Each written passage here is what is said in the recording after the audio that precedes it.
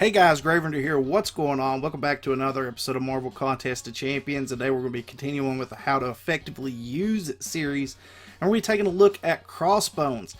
Now, I know a lot of you guys jumped onto me a little bit during my top 5 Fury Champions video, saying that this guy was absolutely insane as a Fury Champion, and I didn't have him on my list because up to the point where we had him as the basic champion in the arena, I've never played with him, so I had no clue. But you guys were completely correct in saying that. This guy is a complete and total offensive beast. This guy is great. I love him. I've been playing with him a little bit, and I took a little bit of time to actually understand and get to know his abilities and his playstyle a little bit more before I did this video for you guys, but I'm in love with him. The guy's an absolute and total beast of a character. Mine's only a rank 3 level 30 of 30 unawakened. 2,683 on the power index, 9,110 on health, 736 on attack. The attack really isn't the best in the world. It's not. 736 is a rank 3. It's kind of right on the borderline of being the norm. But the big thing is his abilities. His abilities are absolutely insane. Hydra training, we don't have it because he's not unlocked, but it does sound pretty awesome. I would say it would probably fall in the middle of the pack with the rest of the signature abilities in this game. Maybe a little bit closer to the top middle. Brock Rumlow's intense Hydra training lets him shrug off his opponent's debuffs and become more enraged in the process. Abilities. Passive. Crossbones' hydraulic gauntlets allow him to overpower his enemies whenever he would strike with a critical hit. He instead gains Fury, increasing his attack by 41% for 8 seconds. That's the big huge thing. He doesn't have the best base stats for attack, but a 41% increase on every Fury stack, and this guy can stack a ton of them. The potency of Crossbones' Fury effects are increased by up to 20% based on his critical damage. As his critical damage climbs, his Fury effects become more powerful. This is what's really key, and I like using this guy for missions more than anything because you have more characters you can line him up with. If you go into the synergy bonuses and you look, if you pair this guy with Captain America World War II, Falcon, Winter Soldier, and Black Widow, you get a total of 14% crit rate increase and a 50% crit damage increase. So this guy is going to be doing tons of damage, and not only that, but the rest of the people on the team are going to be doing tons of damage. Captain America World War II and Black Widow are beastly characters as it is.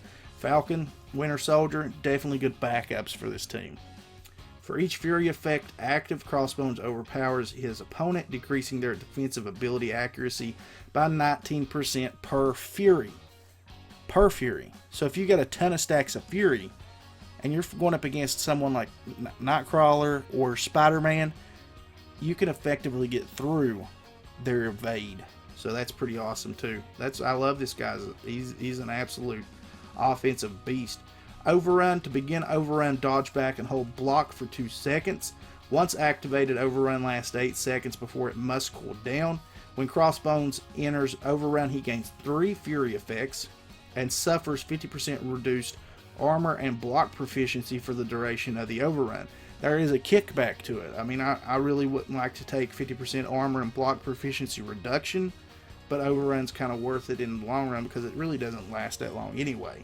While Crossbones is in Overrun, his offensive power gain increases by 40%, and his defensive power gain decreases by the same amount. So technically you don't want to get hit while you're in Overrun. You just want to go on as much of an offensive melee as you possibly can so that you can build your power up quicklier, or more quickly. Quicklier is not really a word. But you want to do it like that. Special attack 1, 100% chance for Fury, increasing your attack by 41% for 8 seconds. Special attack 1 is the worst in the world for him. It's not a bad move whenever you're doing it, but it's absolutely the easiest, probably the easiest special one to evade in this entire game. I think it's completely easy to evade. That's why I don't think this guy's any good for defense whatsoever. I've gone up against him so many times it's not even funny. And you just continue to let him do his special 1 attack over and over and over again, you're not going to have any issues. Special attack 2, this is the key one, this is the big one. This attack incinerates the enemy, dealing 104% of your attack as energy damage over 10 seconds. This effect also removes perfect block chance and reduces block proficiency by 50% while it's active. So not only is the champion going to be taking incinerate damage, but they have 50% lowered their perfect block chance and block proficiency. I mean, they're going to be taking more damage while they're blocking. So it's absolutely insane. I love the Incinerate off his special too. It's actually very, very OP. Special attack 3. Using this attack instantly refreshes the cooldown timer on Overrun. So really, if you're big on using Overrun, the best thing you can possibly do is wait until you have a special 3 ready to go. Go into Overrun, hit your special 3, refresh it, and you've potentially got 2 overruns back to back, which is pretty intense, pretty awesome. But I did go over the synergy bonuses there. 7% crit rate with Captain America or Captain America World War II. Your best option there is going to be Captain America World War II because he's going to be able to put out more damage. 7% crit rate with Falcon, 25% critical damage with Winter Soldier. Both of those guys are going to be pretty good backups in case something were to ever happen to your Crossbones, your Captain America World War II, or your Black Widow, 25% critical damage. You got to think, 50% critical damage and 14% crit rate on any of these characters here is going to be pretty intense and OP. I mean, Winter Soldier's cannot consider to be one of the best characters in the game, but he does have Fury that does pretty decent, and with 25% critical damage and 14% crit rate increase, Winter Soldier is going to be a much better character. That's why I like this team.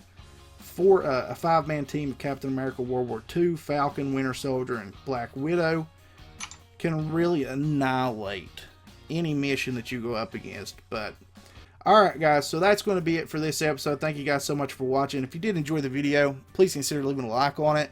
If you're new to the channel, please consider leaving a sub on it. And as always guys, I'll catch you in the next episode. Later.